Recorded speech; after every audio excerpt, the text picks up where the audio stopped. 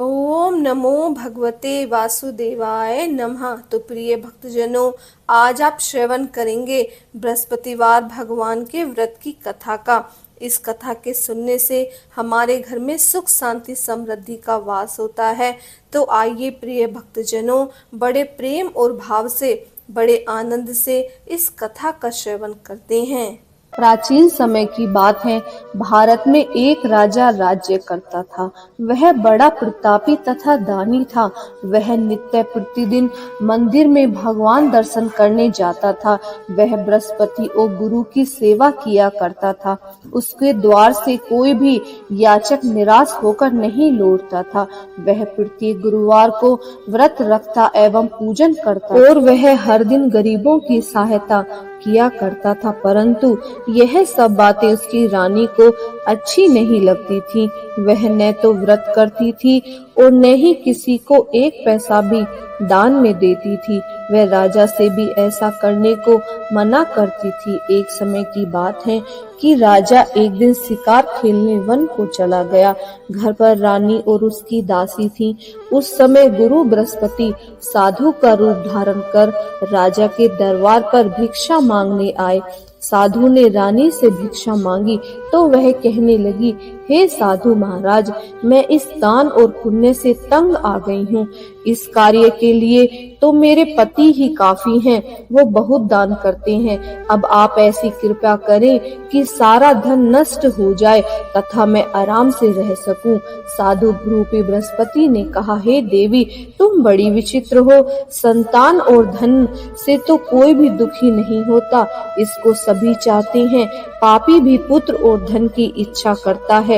अगर तुम्हारे पास धन अधिक है तो तुम भूखे मनुष्य को भोजन कराओ, प्याऊ लगाओ, ब्राह्मणों को दान दो, धर्मशाला बनवाओ, कुआं, तालाब, बावड़ी, बाग बगीचे आदि का निर्माण कराओ तथा निर्धनों की कन्याओं को उनका विवाह कराओ, साथ ही यज्ञ आदि कराओ। इस प्रकार के कर्मों से आपके कुल का और आपका नाम परलोक में भी सार्थक होगा एवं तुम्हें स्वर्ग की प्राप्ति होगी।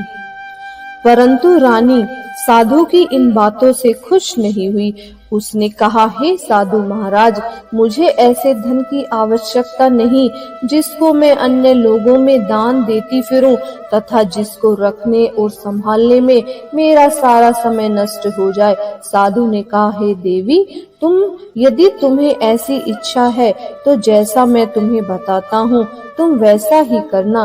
बृहस्पतिवार के दिन आंगन को गोबर से लीपना, अपने केसों को पीली मिट्टी से धोना, केसों को धोते समय स्नान करना, राजा से कहना वह हजामत करवाए, भोजन में मांस मदिरा खाना, कपड़े धोबी के यहाँ धुलने देना। इस प्रकार 7 बृहस्पतिवार करने से तुम्हारा सारा धन नष्ट हो जाएगा। यह कहकर साधु महाराज रूपी बृहस्पति देव अंतर ध्यान हो गए। रानी ने साधु के कहने के अनुसार 7 बृहस्पतिवार तक वैसा ही करने का विचार किया। साधु ने बताए हुए अनुसार कार्य करते हुए केवल 3 बृहस्पतिवार ही बीते थे कि उसके समस्त धन नष्ट हो गया। भोजन के लिए दिनों दिन समय परिवार तरसने लगा तथा सांसारिक भोगों से दुखी रहने लगा। तब राजा रानी से कहने लगा कि हे रानी, तुम यहाँ पर रहो, मैं दूसरे देश को जाता हूँ, क्योंकि यहाँ पर मुझे सभी मनुष्य जानते हैं, इसीलिए मैं यहाँ पर कोई काम नहीं कर सकता। मैं अब परदेश जा रहा हूँ, वहाँ कोई काम धंधा करूँगा, शायद हमारे भाग्य बदल जाएं। ऐसा कहकर राजा परदेश चला गया। वहाँ जंगल में लकड़ी काटकर लाता और शहर में बेचता। इस तरह से वह अपना जीवन व्यतीत करने लगा। इधर राजा के बिना रानी और दासी दुखी रहने लगी। किसी दिन भोजन मिलता और किसी दिन जल पीकर ही रह जाती। एक समय रानी और दासियां 7 दिन तक भोजन के बिना ही उन्हें दिन बिताने पड़े। तो रानी ने अपनी दासी से कहा, हे दासी, यहाँ पास ही के नगर में मेरी बहन रहती है, वह बड़ी ही धनवान है, तू उसके पास जा और वहाँ से 5 सेर बेझर मांग कर ले आना। जिससे कुछ समय के लिए हमारा गुजर बसर हो जाएगा। दासी रानी की बहन के पास गई। रानी की बहन उस समय पूजा कर रही थी। बृहस्पतिवार का दिन था। दासी ने रानी की बहन से कहा, हे रानी, मुझे आपकी बहन ने भेजा है, मुझे 5 सेर बेजर दे दो। दासी ने यह बात अनेक बार कही, परंतु रानी की बहन ने कोई उत्तर नहीं दिया, क्योंकि वह उस समय बृहस्पतिवार की कथा सुन रही थी। जब दासी को रानी की बहन से कोई उत्तर नहीं मिला तो वह बहुत दुखी होकर, उसे क्रोध भी आया। वह लौटकर रानी से बोली, हे रानी, आपकी बहन बहुत ही घमंडी है, वह छोटे लोगों से बात भी नहीं करती। मैंने उससे कहा तो उसने तो कोई उत्तर ही नहीं दिया। मैं वापस आपके पास चली आई। रानी बोली, हे दासी, इसमें उसका कोई दोष नहीं है। जब बुरे दिन आते हैं तब कोई सहारा नहीं देता। अच्छे बुरे का पता विपत्ति में ही लगता है। जो ईश्वर की इच्छा होगी वही होगा। यह सब हमारे भाग्य का दोष है। उधर रानी की बहन ने सोचा कि मेरी बहन की दासी आई थी, परंतु मैं उसे बोली ही नहीं, इससे उससे बहुत दुख हुआ होगा। अतः कथा सुन और विष्णु भगवान का पूजन समाप्त कर वह अपनी बहन के घर आई और कहने लगी, हे बहन, मैं बृहस्पतिवार का व्रत कर रही थी, तुम्हारी दासी हमारे घर आई थी, परंतु जब तक कथा होती है तब तक हम लोग ना तो उठते हैं और ना ही बोलते हैं, इसीलिए मैं नहीं बोली। कहो दासी क्यों आई थी? रानी बोली, बहन, हमारे घर अनाज नहीं है, वैसे तुमसे कोई बात छिपी नहीं है, इस कारण मैंने दासी को तुम्हारे पास 5 सेर बेजर लेने के लिए भेजा था। रानी की बहन बोली, बहन देखो, बृहस्पतिवार भगवान सबकी मनोकामना पूर्ण करते हैं, देखो शायद तुम्हारे घर में ही अनाज रखा होगा। यह सुनकर दासी अंदर घर के अंदर गई तो वहां उसे एक घड़ा बेजर का भरा हुआ मिला। उसे बड़ी हैरानी हुई, क्योंकि उसने एक एक बर्तन देखा था, वह सब खाली थे। उसने बाहर आकर रानी को बताया। दासी अपनी रानी से कहने लगी, हे रानी, देखो, वैसे हमको जब अन्न नहीं मिलता तो हम हर रोज भोजन के बिना ही तो रहते हैं, वह व्रत के समान ही तो होता है। अगर इसमें इस व्रत की विधि और कथा पूछ ली जाए तो उससे हमारा भी क्या पता भला हो जाए। दासी कहने लगी, रानी ने अपनी बहन से बृहस्पतिवार व्रत के बारे में पूछा। उसकी बहन ने बताया, हे रानी, बहन, बृहस्पतिवार को सूर्योदय से पूर्ण उठकर स्नान करके बृहस्पतिवार का व्रत रखना चाहिए, लेकिन उस दिन सिर नहीं धोना चाहिए। बृहस्पतिवार के व्रत में चने की दाल और मुनक्के से भगवान विष्णु और केले के वृक्ष की जड़ से पूजन करें तथा दीपक जलावें। उस दिन एक ही समय भोजन करें, भोजन पीले खाक पदार्थ का करें तथा कथा सुने। इस प्रकार करने से गुरु भगवान प्रसन्न होते हैं, अन्न पुत्र धन देते हैं। इस तरह व्रत और पूजन की विधि बताकर रानी की बहन अपने घर लौट गई। रानी और दासी दोनों ने निश्चय किया कि वे बृहस्पतिवार भगवान का पूजन जरूर करेंगी। 7 दिन बाद जब बृहस्पतिवार आया तो उन्होंने व्रत रखा। गुड़शाला में जाकर चना और गुड़ बीन कर लाई तथा उसी दाल से केले की जड़ में विष्णु भगवान का पूजन किया। अब भोजन कहाँ से आए? दोनों बड़ी दुखी हुई, परंतु उन्होंने व्रत किया था, इस कारण बृहस्पति देव भगवान प्रसन्न थे। वे एक साधारण व्यक्ति के रूप में 2 थाली में पीला भोजन लेकर आए और दासी को देकर बोले, हे दासी, यह भोजन तुम्हारे और रानी के लिए है, तुम दोनों इस भोजन को कर लेना। दासी भोजन पाकर बड़ी प्रसन्न हुई और रानी से बोली, रानी जी, भोजन कर लो। रानी को भोजन आने के बारे में कुछ भी पता नहीं था, इसलिए वह बोली दासी से, तू ही कर ले जा भोजन, क्यों तू हमारी व्यर्थ में हंसी उड़ाती है? दासी बोली, एक व्यक्ति अभी भोजन दे गया है। रानी कहने लगी, वह भोजन तेरे लिए ही दे गया होगा, तू ही भोजन कर ले। दासी ने कहा, वह व्यक्ति हम दोनों के लिए 2 थालों में भोजन दे गया है, इसीलिए मैं और आप दोनों ही साथ साथ भोजन करेंगी। फिर दोनों ने गुरु भगवान को नमस्कार कर भोजन प्रारंभ किया। उसके बाद से वे प्रत्येक बृहस्पतिवार को गुरु भगवान का व्रत और पूजन करने लगी। बृहस्पतिवार भगवान की कृपा से उनके पास धन हो गया, परंतु रानी फिर पहले की तरह से आलस्य करने लगी। तब दासी बोली, देखो रानी, तुम पहले भी इस प्रकार आलस्य करती थी, तुम्हारे धन के रखने में कष्ट होता था, इस कारण सभी धन नष्ट हो गया। अब गुरु भगवान की कृपा से धन मिला है तो फिर से तुम्हें आलस होता है। बड़ी मुसीबतों के बाद हमारे यहाँ धन आया है, इसीलिए हमें दान पुण्य करना चाहिए।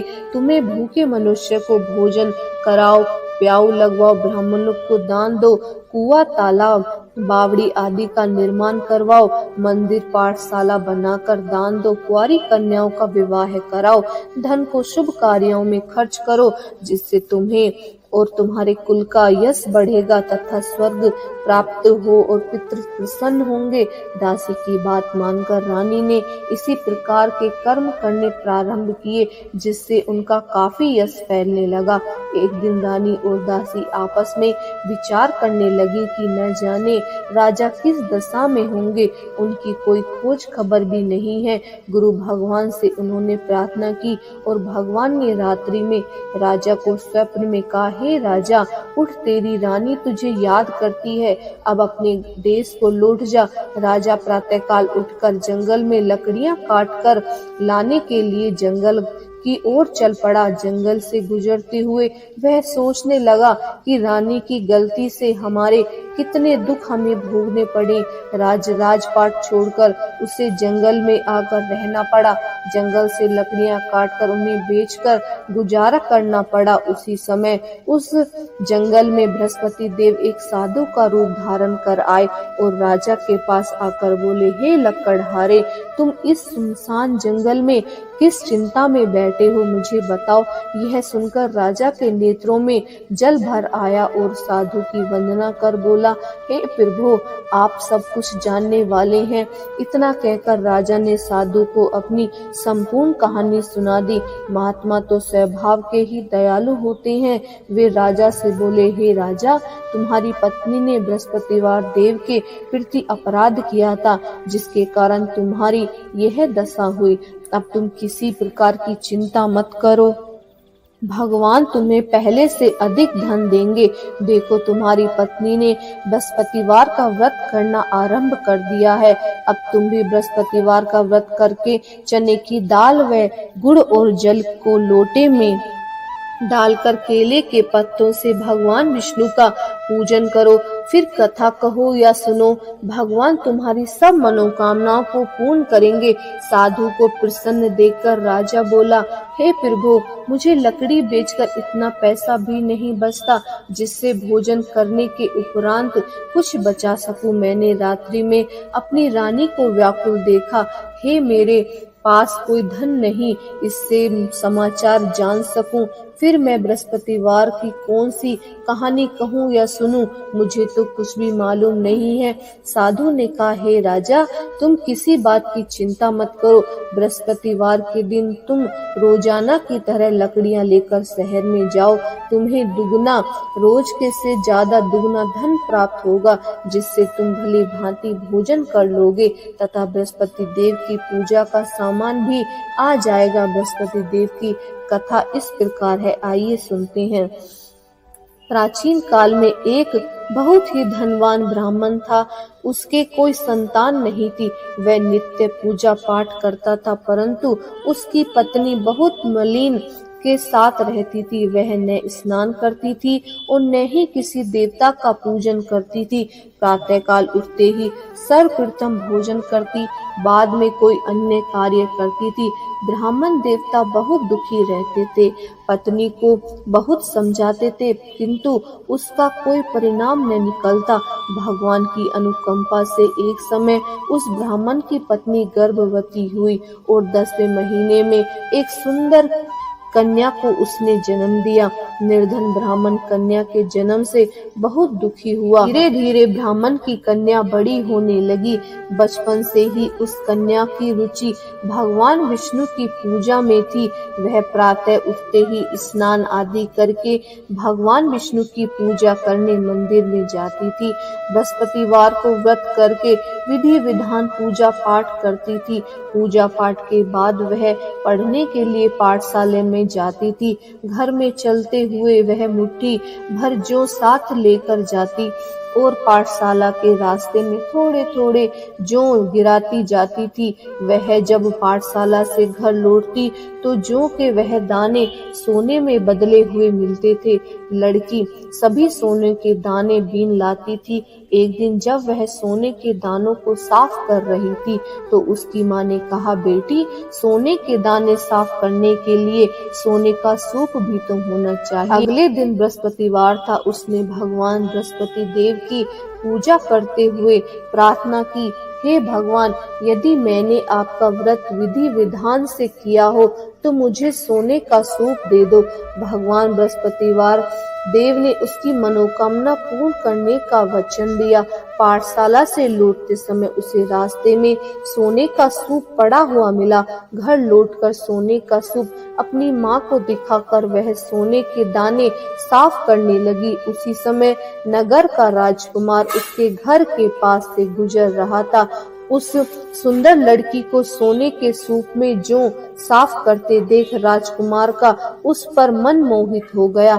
महल में लौटकर राजकुमार ने राजा से उस लड़की के विवाह करने की इच्छा प्रकट की तो राजा ने ब्राह्मण को महल में बुलाकर राजकुमार से उसकी लड़की के विवाह की बात कही। ब्राह्मण तैयार हो गया। धूमधाम से उस लड़की का विवाह राजकुमार से हो गया। दुल्हन बनकर ब्राह्मण की लड़की महल में चली गई। लड़की के चले जाने से ब्राह्मण फिर निर्धन हो गया। उसे कई कई दिनों तक भोजन नहीं मिलता था। वह बहुत दुखी होकर ब्राह्मण एक दिन अपनी लड़की के पास गया। उस अपने पिता से निर्धनता का समाचार सुनकर उसे बहुत सा धन देकर पिता को उसने विदा किया। उस धन से ब्राह्मण के कुछ दिन तो आराम से गुजर गए, लेकिन जल्दी ही फिर भूखे मरने की हालत हो गई। ब्राह्मण अपनी लड़की से धन लेने के लिए फिर महल में पहुंचा। लड़की ने पिता की बुरी हालत देखकर कहा, पिताजी, आखिर आप कब तक मुझसे धन लेकर अपना जीवन व्यतीत करेंगे? आप कोई ऐसा उपाय क्यों नहीं करते जिससे आपका घर धन धान्य से भर जाए? ब्राह्मण ने कहा, मैंने तेरी माँ को बहुत समझाया पर उसकी समझ में कुछ नहीं आता। उसका फूहड़पना नष्ट हो तो घर की निर्धनता भी दूर हो जाएगी। तब कुछ सोचकर लड़की ने पिता से कहा, पिताजी, आप कुछ दिनों के लिए माँ को मेरे पास छोड़ जाओ। तब कुछ सोचकर ब्राह्मण पत्नी को लड़की के पास महल में छोड़ आया। लड़की ने अपनी माँ से कहा, माँ, तुम प्रातःकाल उठकर स्नान आदि करके भगवान बृहस्पति देव की पूजा अवश्य करना। पूजा करने से तुम्हारी निर्धनता अवश्य दूर हो जाएगी। लेकिन उसकी माँ ने उसकी कोई बात नहीं मानी। तब क्रोधित होकर लड़की ने अपनी माँ को एक कक्ष में बंद कर दिया। सूर्योदय के समय माँ को उठाकर जबरदस्ती उसे स्नान कराया और फिर मंदिर में ले जाकर भगवान बृहस्पति देव की पूजा कराई। कुछ दिनों तक ऐसा करने से माँ की बुद्धि में परिवर्तन हुआ और वह स्वयं बृहस्पतिवार का व्रत रखने लगी। उसके व्रत रखने से ब्राह्मण के घर में भगवान विष्णु की अनुकंपा से धन की वर्षा होने लगी। दोनों पति पत्नी धन संपत्ति पाकर आनंदित पूर्वक जीवन व्यापन करते हुए विष्णु धाम को चले गए। लकड़हारा बने राजा ने उस साधु से भगवान बृहस्पति देव की यह कथा सुनकर बृहस्पतिवार का व्रत करके भगवान विष्णु की पूजा की। उस दिन से उसके सभी कलेश दूर हो गए, लेकिन अगले बृहस्पतिवार को कामकाज से अधिक व्यस्त रहने के कारण उसने भगवान बृहस्पति देव जी का व्रत नहीं किया। भगवान बृहस्पति देव लकड़हारे से क्रोधित हो गए और उसे भूल की सजा दी। उस दिन नगर के राजा ने नगर में घोषणा करके सबको सूचित किया, प्रत्येक नागरिक मेरे महल में भोजन करने आए, जो नहीं आएगा उसे अपराध मानकर भारी दंड दिया जाएगा। लकड़हारा बने राजा ने उस नगर के राजा की घोषणा तो सुनी, लेकिन जंगल से लकड़ी काट कर लाने और उन्हें बेचने में देर हो जाने के कारण वह समय पर महल में भोजन करने नहीं जा सका। अतः राजा के सैनिक लकड़हारे को पकड़कर महल में ले आए। राजा ने उसे महल में एक कक्ष में बैठाकर भोजन कराया। उस कक्ष में एक खूंटी पर रानी का सोने का हार लटका हुआ था। लकड़हारा अकेला उस कक्ष में भोजन कर रहा था। तभी उसने एक आश्चर्यजनक घटना घटती हुई देखी। देखते ही देखते वह खूंटी हार को निगल गई। थोड़ी देर के बाद राजा ने हार को गायब देखा तो लकड़हारे को कारावास में डलवा दिया। लकड़हारा मन ही मन अपने भाग्य को कोसने लगा। तभी उसे जंगल में मिले साधु का स्मरण हो आया। थोड़ी देर में भगवान बृहस्पति देव सन्यासी के रूप में उसके सामने प्रकट हुए और कहा, हे लकड़हारे, तूने भगवान बृहस्पति देव की पूजा नहीं की, इसी कारण तुम्हें कष्ट हुआ है। लेकिन अब तुम चिंता मत करो, बृहस्पतिवार के दिन कारागार के दरवाजे पर तुम्हें कुछ पैसे पड़े मिलेंगे। उन पैसों से भगवान बृहस्पति देव का व्रत करके उनकी पूजा करोगे तो तुम्हारे सब दुख नष्ट हो जाएंगे। बृहस्पतिवार के दिन दरवाजे पर पड़े मिले पैसों से चने और गुड़ मंगवाकर लकड़हारे ने बृहस्पतिवार की कथा कही और तो भगवान बृहस्पति देव ने प्रसन्न होकर उस नगर के राजा को स्वप्न में लकड़हारे को कारागार से मुक्त करने को कहा। सुबह राजा ने अपने कक्ष में आकर देखा तो खूंटी पर रानी का हार टंगा हुआ था। राजा ने लकड़हारे को मुक्त कर दिया और उसे धन और आभूषण देकर विदा किया। लकड़हारा बना राजा उस नगर में चलकर अपने नगर में पहुंचा तो उस नगर में कुएं, धर्मशाला, बाग बगीचे देखकर बहुत प्रसन्न हुआ। राजा ने किसी से पूछा, ये कुएं, धर्मशालाएं किसने बनवाई हैं? सबने उसे बताया कि ये सब रानी और उसकी दासी ने बनवाए हैं। राजा महल में पहुंचा तो रानी से उसका भव्य स्वागत किया। तब राजा ने निश्चय किया कि सप्ताह में एक बार तो सभी बृहस्पति देव का व्रत तथा पूजन करते हैं। मैं दिन में 3 बार बृहस्पतिवार की कथा कहूँगा। कुछ दिनों के बाद राजा को अपनी बहन की याद आई। एक दिन घोड़े पर सवार होकर राजा अपनी बहन से मिलने चल दिया। अभी राजा नगर के बाहर पहुंचा ही था कि उसने कुछ लोगों को एक शव को ले जाते देखा।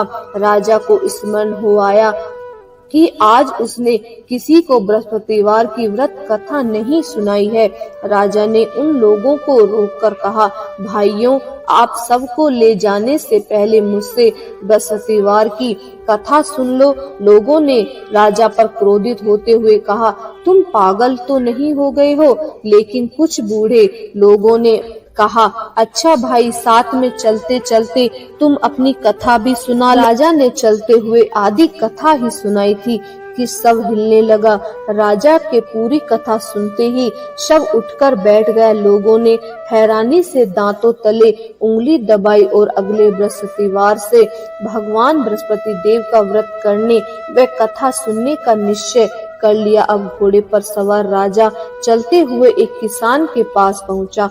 किसान अपने खेत में हल चला रहा था। राजा ने कहा, अरे भाई, मुझसे बृहस्पतिवार का कथा सुन लो। किसान झुंझलाकर बोला, अरे भाई, देख नहीं रहे हो, जितने देर तक तुम्हारी कथा सुनूंगा उतनी देर में तो मैं पूरा हल चला लूंगा। राजा निराश होकर चलने लगा। तभी किसान के बैल लड़खड़ाकर जमीन पर गिर पड़े। किसान के पेट में भी जोर का दर्द होने लगा।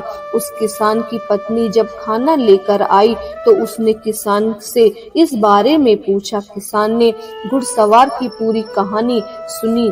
किसान की पत्नी दौड़ती हुई राजा के पास पहुंचकर हाथ जोड़कर बोली, भैया, मैं तुम्हारी कथा सुनने को तैयार हूँ। राजा ने उसके साथ खेत पर पहुंचकर बृहस्पतिवार की कथा सुनाई। तभी बैल उठकर खड़े हो गए। किसान के पेट का दर्द भी तुरंत ही ठीक हो गया। राजा अपनी बहन के घर पहुंचा तो उसकी बहुत आव भगत हुई। अगले दिन सुबह उठकर राजा ने देखा कि घर के सभी लोग भोजन कर रहे हैं। किसी भूखे को बृहस्पतिवार की कथा सुनाए बिना राजा भोजन नहीं करता था। उसने बहन से कहा, बहन, क्या घर में कोई ऐसा व्यक्ति नहीं है जिसने अभी तक भोजन न किया हो? उसकी बहन बोली, भैया, हमारे घर में तो क्या आपको पूरे नगर में कोई ऐसा व्यक्ति नहीं मिलेगा जिसने सुबह सुबह भोजन नहीं किया हो। राजा अपनी बहन के घर के बाहर निकलकर उस नगर में बिना भोजन के व्यक्ति की तलाश करने लगा। एक गड़ियारे के घर में उसका बेटा बीमार होने के कारण भूखा पड़ा हुआ था। राजा ने उसको जाकर बृहस्पतिवार की कथा सुनाई। कथा सुनते सुनते गडरिये का बीमार बेटा बिल्कुल ठीक हो गया। सबने राजा को बहुत प्रशंसा की। एक दिन राजा ने अपनी बहन से कहा, बहन, अब हम अपने घर जाना चाहते हैं, तुम भी हमारे साथ चलो, कुछ दिन वहाँ रहकर लौट आना। राजा की बहन ने अपनी सास से पूछा तो सास ने ताने देते हुए कहा, बहू, मैके जाना हो तो तू अकेली ही जाना, मेरे पोते को नहीं लेकर जाना, तुम्हारे भाई को कोई संतान नहीं है, कहीं तुम्हारी भाभी मेरे पोते पर कोई जादू टोना न कर दे। दूसरे कक्ष में बहन की सास की बातें सुनकर राजा दुखी मन से अकेला ही अपने नगर को लौट गया। रानी ने राजा से कहा, आप तो अपनी बहन को साथ लेने की बात कहकर गए थे, फिर बहन को क्यों नहीं लाए? तब राजा ने दुखी होते हुए कहा, रानी, हम निसंतान हैं, इसीलिए कोई हमारे घर आना पसंद नहीं करता। रानी ने राजा को समझाया, हे प्राणनाथ, हमें बृहस्पति देव ने सब कुछ दिया है, अब भगवान बृहस्पति देव हमें संतान भी अवश्य देंगे। बृहस्पतिवार को विधिवत व्रत करते हुए राजा रानी ने भगवान बृहस्पति देव से संतान के लिए प्रार्थना की। कुछ दिनों के बाद उन्हें स्वप्न में दर्शन देते हुए कहा, हे राजन, तेरी मनोकामना अवश्य पूरी होगी। एक सप्ताह बाद रानी गर्भवती हो गई। 10वें महीने में रानी के एक सुंदर पुत्र को जन्म दिया। राजा रानी जीवन पर्याप्त बृहस्पतिवार का व्रत करते रहे। उसके घर में धन की वर्षा होती रही। इस तरह आनंद पूर्वक जीवन यापन करते हुए राजा रानी भगवान बृहस्पति देव की अनुकंपा से मोक्ष को प्राप्त करके सीधे वैकुंठ धाम पहुँच गए। बृहस्पतिवार का व्रत जो भी विधि विधान से करता है, जो स्त्री पुरुष भगवान विष्णु की पूजा करते हैं, भगवान उनकी समस्त मनोकामनाएं पूर्ण करते हैं। बोलिए विष्णु भगवान की जय। आइए अब सुनते हैं भगवान विष्णु की आरती। ओम जय जगदीश हरे, स्वामी जय जगदीश हरे, भक्ति जनों के संकट, दास जनों के संकट क्षण में दूर करे। ओम जय जगदीश हरे, जो ध्यावे फल पावे, दुख विन से मन का, स्वामी दुख विन से मन का, सुख संपत्ति घर आवे, सुख संपत्ति घर आवे, कष्ट मिटे तन का। ओम जय जगदीश हरे, मात पिता तुम मेरे, शरण गहूँ मैं किसकी, स्वामी शरण गहूँ मैं किसकी, तुम बिनि और न दूजा, प्रभु बिनि और न दूजा। आस करूं मैं जिसकी, ओम जय जगदीश हरे। तुम पूरन परमात्मा, तुम अंतर्यामी, स्वामी तुम अंतर्यामी। पार ब्रह्म परमेश्वरी, पार ब्रह्म परमेश्वरी, तुम सबके स्वामी। ओम जय जगदीश हरे। तुम करुणा के सागर, तुम पालन करता, स्वामी तुम पालन करता। मैं मूरख खल कामी, मैं सेवक तुम स्वामी, कृपया करो भरिता।